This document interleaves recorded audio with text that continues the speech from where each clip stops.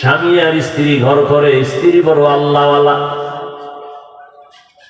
হঠাৎ একদিন ডেকে বলে, স্বামী আমার, আমারে তুমি ভালোবাসোনি?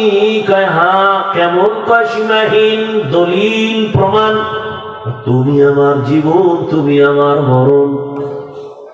তুমি যখন যা চাইবা আমার জীবন দিয়া রেডি।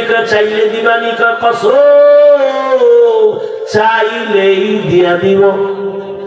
ম্যাডাম কয় ঠিক দিবানি? কাহা? কয় তালাক দাও। কি চাইছে? স্বামীর মাথা গরম হয়ে গেছে, কইলে কি? এরা যারা অন্য কায়না ওয়াদা করেছো, চাইলেই দিবা, দাও।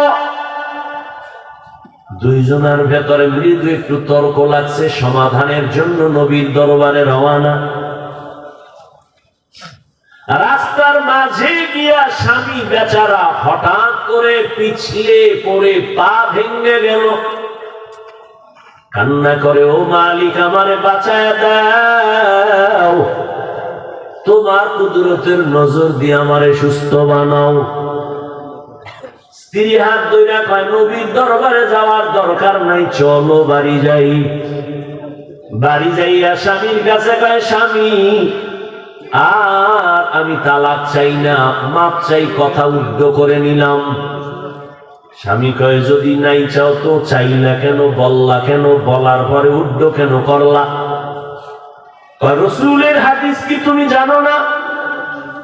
আল্লাহ যাকে ভালোবাসবেন তাকে মুসিবত দিয়া পরীক্ষা নিবেন। আমি তোমার ঘরে এত বছর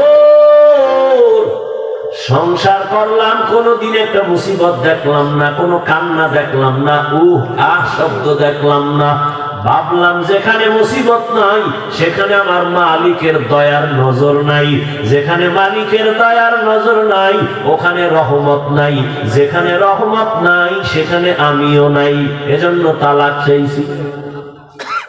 কিন্তু রাস্তায় গিয়ে যখন পড়ে গেছো, পা ভেঙে গেছে, আমার মালিকের কুদরতের মায়ার নজর চলে আসছে, মুসিবত।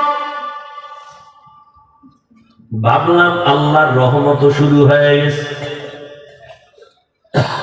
আমি উদ্ধ করে নিয়ে ওয়াদা করলাম, যেখানে আল্লাহর রহমত আছে আমিও সেখানে আছি। আর আমরা কি করি? মুসিবত নাই, এর মধ্যে কত গালি, আল্লাহর শুদ্ধ নামায় ভালো।